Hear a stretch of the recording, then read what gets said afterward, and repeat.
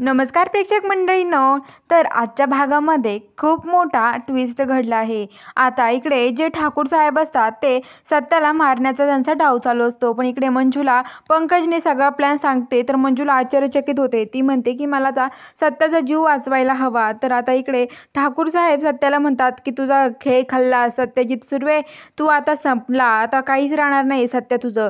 असं म्हणल्यानंतर सत्य म्हणतो की काय करायचंय, तुमच्याकडे गन आहे, वर्दी आहे, त्यामुळे तुम्ही सगळं करू शकताय। ती जर तुमच्याकडे जी बंदूक नसती ना तर तुम्ही काहीच करू शकणार नाही, तुम्ही झिरो आहे, माझ्यापुढे झिरो। तर मग ठाकूर साहेब लगेच ती बंदूक बाजूला करतात आणि सत्याला मारायला लागतात। तर ते सत्याला खूप मारतात आणि मारतच राहतात। तर आता सत्य म्हणतो की हे बघा साहेब, शांत व्हा। तर लगेच सगळेजण मग ते मानेला म्हणतात की माने जा घेऊन याला वरती, सत्याला त्या टेकडावरती उभा करा। सत्याला खाली पाडतात आणि सत्याला अजून खूप हाणतात। तर आता सत्या खूप लागलेलं असतं, रक्त येईपर्यंत सत्याला हाणलेलं असतं। तर आता ते माने ते दोघजण हवालदार सत्याला उचलतात आणि तिकडे टेकडावरती घेऊन जातात आणि तिथे उभा करतात। तर आता इकडे मंजू सत्याकडे यायला निघते, तर तिला मध्येच बाळूमामा भेटतात। तर बाळूमामा तिथे म्हणतात की काय ग पुरी, लयच घाईमध्ये दिसतीये तू, चल मी तुला सोडतो। तर आता मंजू म्हणते की नको, कारण ती घाबरते, तिला असं वाटतं की कोण आहे आणि कोण नाही।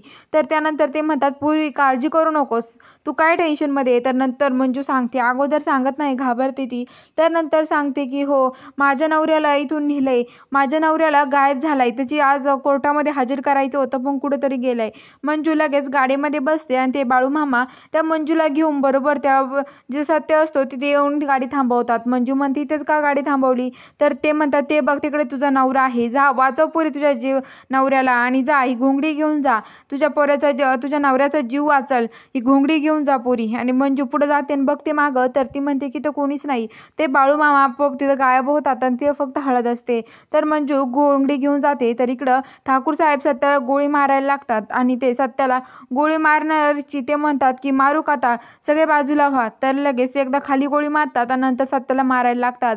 तर आता लगेच ते माने ते ओरडते, तर सत्य तिथे म्हणतो की मारून दाखवा। तर आता मंजू हे सगळं बघते आणि मंजू तिथे लपून राहते। तर मंजू लगेच सत्याला ते गोळी मारायला लागतात, तेवढ्यात मंजू तिथे त्या हळद उधळते आणि हळदीमुळं त्या ठाकूर साहेबाला काहीच दिसत नाही आणि आता सगळेजण म्हणतात कुठं गेला सत्या।